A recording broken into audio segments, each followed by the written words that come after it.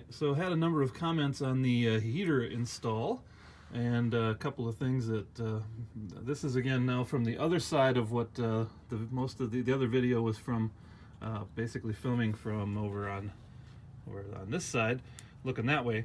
This side I had open, and this is where the cold intake is for the heater, is back behind here. A little hard to see now. The intake needs to be coming from inside of the vehicle. That's part of the thing, is that and here it was coming from the exterior. So if for some reason the exhaust, which is right here, if the wind's blowing right, somebody made a really good point that would basically be intaking that carbon monoxide and pushing it right back up into the vehicle. So I had some, again, I actually ordered two of these things. I ordered one, and then of the heaters, and the pump wasn't working right away.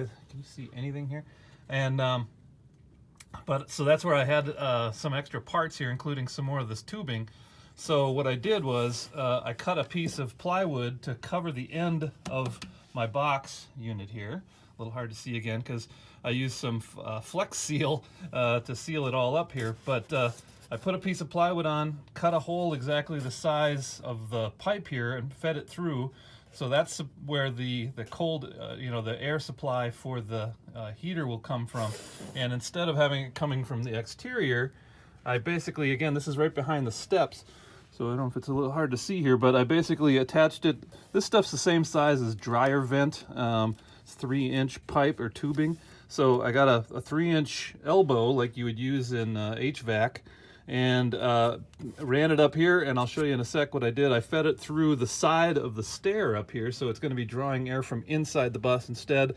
I used some strapping here to hold it, and then I went ahead and sprayed a bunch of spray foam all in and around there to lock it all in place and kind of hold it and insulate the hole a little bit.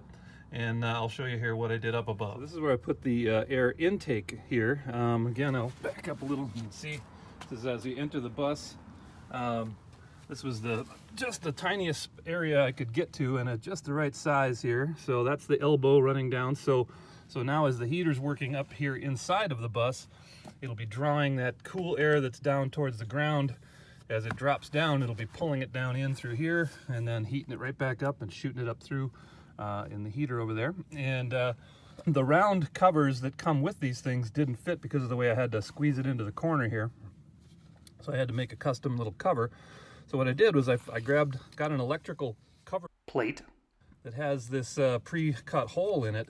Obviously I've trimmed it down, and it had 4 screw holes there that I actually bondoed and covered up. I got a little time to kill, so I figured, what the heck, let's do that properly.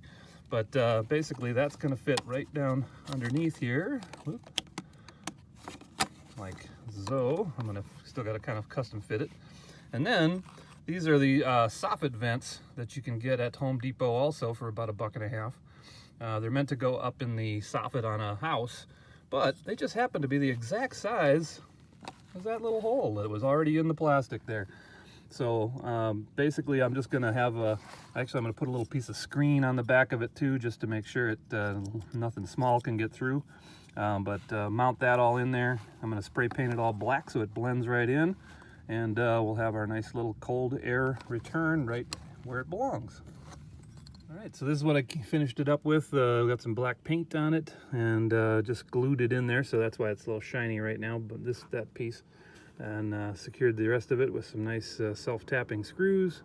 And now we'll have a nice cold air intake coming from inside the bus instead of outside, and keep the debris and dust out of the chamber, and keep our heater running hopefully for a long time.